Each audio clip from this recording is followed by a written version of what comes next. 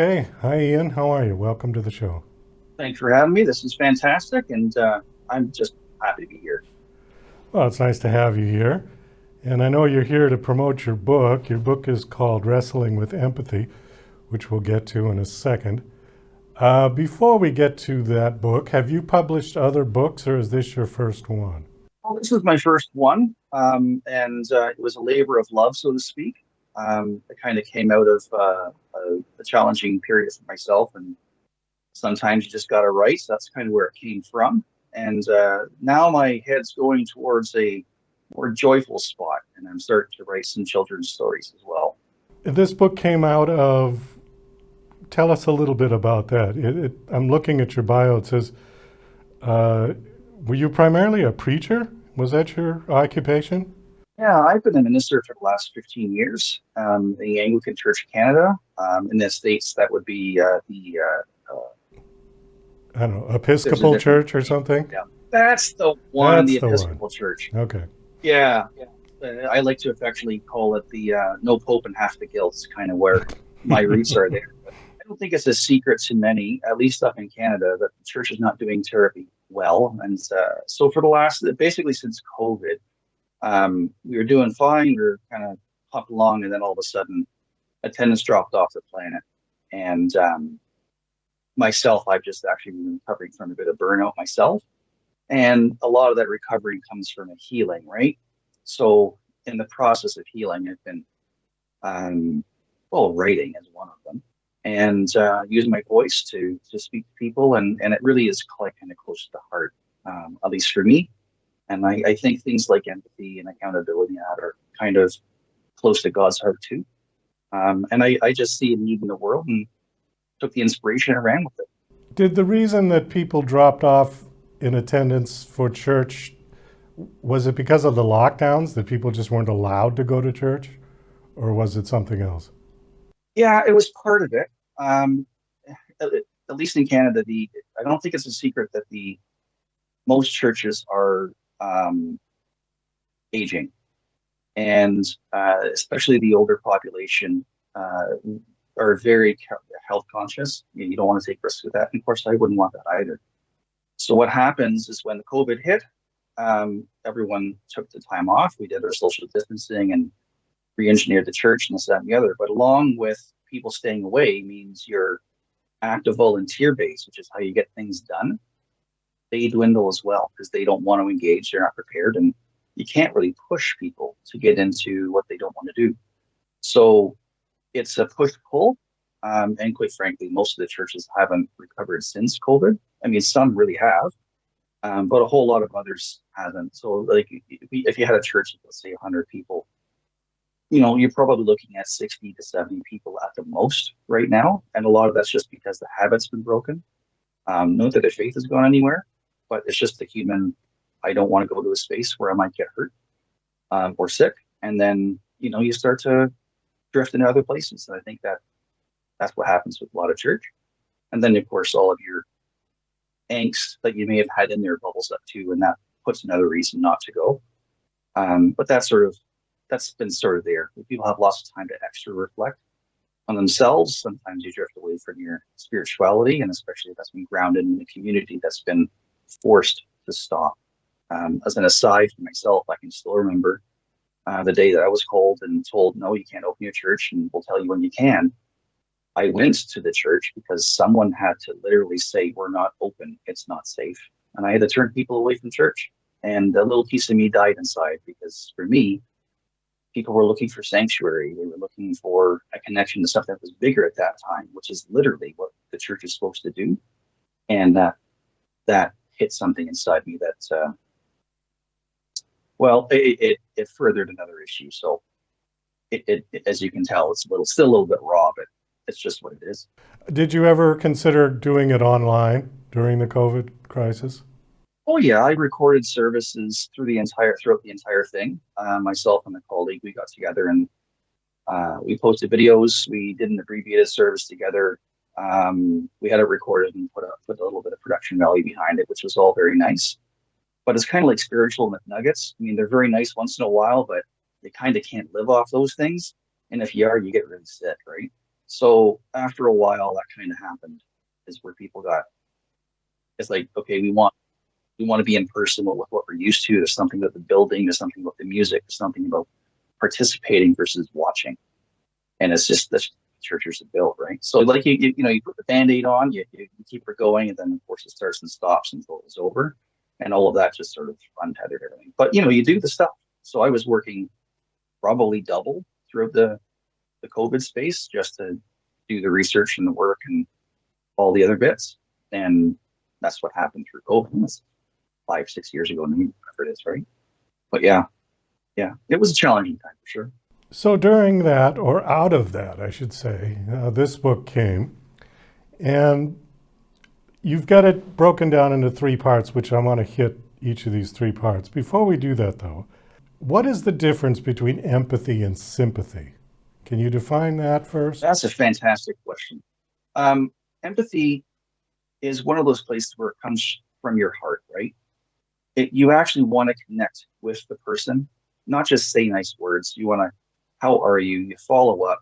You take some time out to see how someone is and to have a genuine connection versus someone saying the words but not really caring. And I think as people, we kind of know when someone's kind of giving you a pat on the head saying, that's nice. I know you're having a tough time, but let's get on to the thing we want to do. Versus, I know you're having a tough time. We have to get on to things we're going to do. And then you circle back and say, okay, listen, we have more time. How are you doing? That's the difference. Sympathy is one of those places where it will actually erode the rate of relationship, because if you're having a sympathetic relationship, you're communicating and you're behaving the right way, but the person's not really there. Empathy means you're there, you're connected. And in a world where we're more increasingly disconnected, empathy jumps in, highlights that what we're all craving, but we display a lot of sensitivity out of maybe political correctness or whatever that is. But it's a distinction that we often get lost. So the three parts that your book is broken up into is wrestling with empathy, wrestling with accountability, and wrestling with encouragement. We've got just about 5 minutes, so if you could hit each one of those in, a minute and a half, that would be great. That way it'll give people kind of an overview of the book, and if it's something that sparks their interest, they will pursue it further. I love the challenge. I love it. Empathy, it starts at the beginning. I kind of go through a history of where it has been and where it's gone. Something happens when you wake up and you're, pushing 50, and you look around and go, what are we even doing here? And you kind of see what's been happening. You say, I woke up when I went to school and I was in high school, things to be okay. And all of a sudden, 20 years later, you kind of wake up and go, the world's changed. So it takes some time to kind of go through that. But then I try to deal with what actually is it and why is it so difficult? Like, one of the number one things for empathizing with someone is parking yourself so you can listen to them instead of just hear them and respond. And that's actually right at the heart of it. If you can't really park yourself, you're not going to be able to be connected to someone. And now you're jumping into sympathetic relationships, and it starts to hurt and push people away, right? Then I try to apply that to everyday life, work relationships, all the other pieces. And to illustrate that, I created a small story that's woven through all of that. Story of John, who was going through all of his pieces as well. Accountability comes second. Often, at least in the work world, we'll have a high value of sympathizing and connecting with people, but to actually connect, but to actually deal with them, we just want to do the work. You're accountable. I get that. But if you don't have an empathetic connection, all the efforts to hold someone accountable or to hold yourself accountable without empathy, even for yourself, you're going to erode yourself and hurt because you're not really trying to connect. So if you're empathetic and you're connected and you're listening and in tune, and then you hold yourself accountable, it's a heck of a lot easier to get traction and more out of yourself and others. And often we skip one and jump to the other.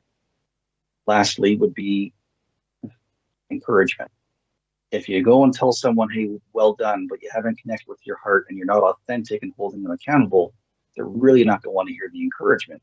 It'll hit their head and bounce off their heart because who cares? You're not really connected. Do you really care? We're disconnected. So the order matters. The encouragement part, which is what we all want to do, we want to live in that space, can only be authentic and real when you've got a sense of accountability to yourself and others, and that's done through an empathetic connection.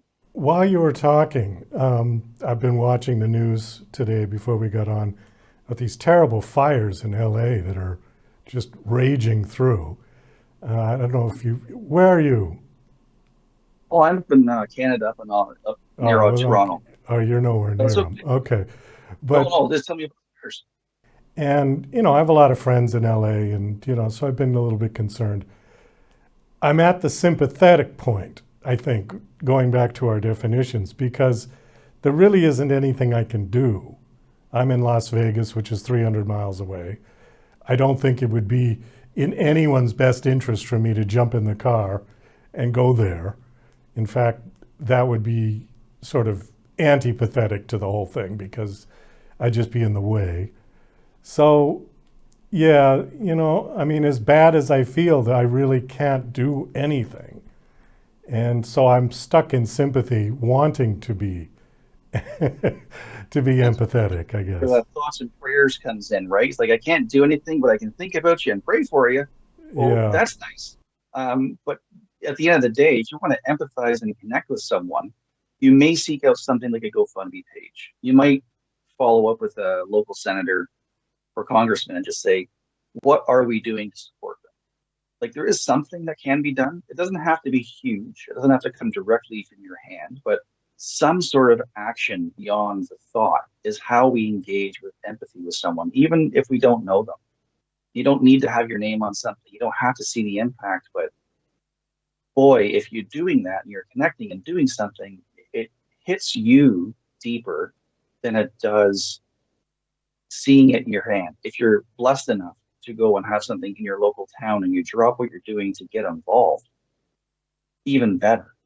So it's not necessarily the direct hands-on piece. Sometimes you can do things from afar, especially if you're moved. So if your heart's moving you, you do something, you find a way. There is a way. There is something that can be done, just maybe not the thing you want to do or impact in that way, but something can be done. That's at least the way I look at it. Has the book been released? Yeah, it's on Amazon at the moment. Okay, when was it released? It was released in October. That's why I published it. And it's been a labor of love learning to market and get it out. Did you self-publish it? Yes, sir. And right now, I'm looking for another publisher, but I didn't want to wait because if it stays in your hands for too long, you get cold feet and you never let it out of your own hands. So part of the reason you need to get it out there is to get it out there, and then you figure out what to do next. Okay, well, that's a good attitude because getting a book published is a daunting process. From the 1,000 or so authors that I've had on this show, none of them have said, "Oh, yeah, that was easy." No, I've never ever heard that. So they all have their own, yeah, they all have their own stories. The writing process itself is hard. The getting it out into the world is hard. And then, of course, the anxiety and worry is this any good? Is anyone going to see it and care about it? That's also there too, right? It's all wonderful, but it's all part of the journey. And if you're uncomfortable, it means you're growing. That's kind of what we all want, I think. Well, true enough. Well, Ian, I think on that we're going to wind this down. Thank you so much for coming on. Again, the book is called Wrestling with Empathy. Last question, do you have a website that you want to give out? Absolutely. My website is called Talking with People, one word, talkingwithpeople.com. You can see a bit about me, speaking, coaching, all that kind of stuff. And I'm more than happy to be hit up, and I'll go anywhere just to talk about this stuff. I think it's great. Well, again, thank you for coming on the show and sharing your story. And best of luck with the book and the journey wherever it leads you. Appreciate it. Thank you very much. This has been a fantastic experience.